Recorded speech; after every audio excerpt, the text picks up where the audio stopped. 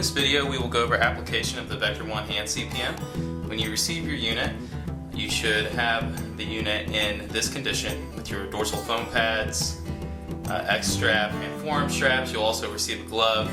These gloves come in two sizes, small and large, left and right, and you can choose from whichever size you feel is most appropriate for your patient.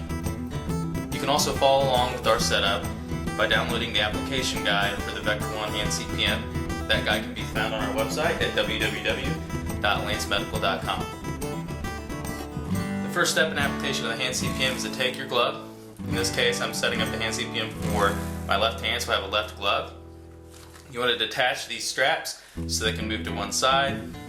This glove will actually slide underneath the X strap and attach to these Velcro tabs.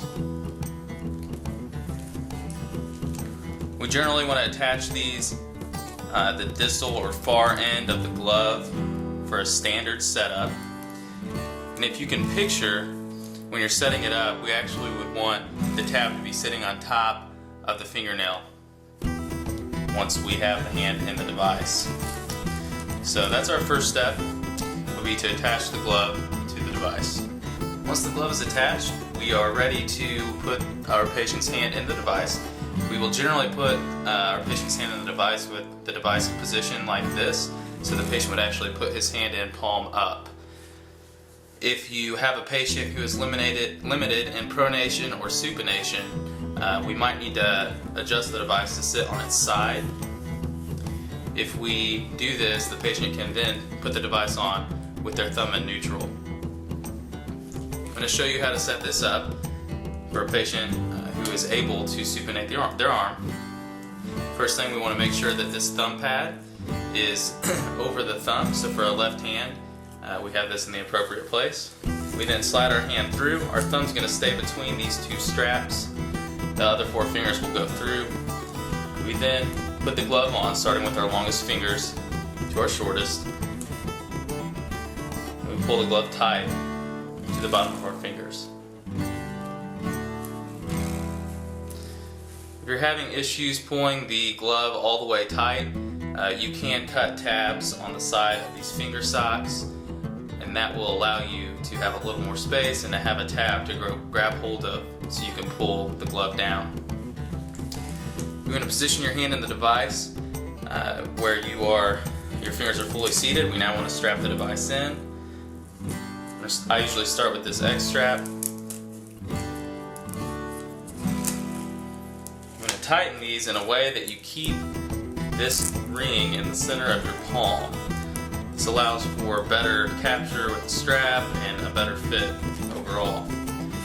They can put our forearm straps on.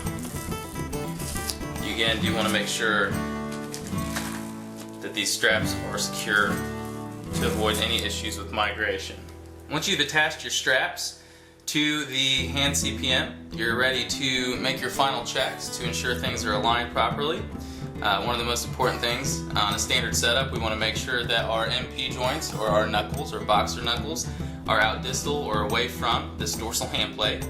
By doing that about a half inch or an inch past the hand plate, we're lining up the MP joints with our axis of motion on the CPM, and we generally want to make sure that that is done for any standard setup where composite fist is required or wanted.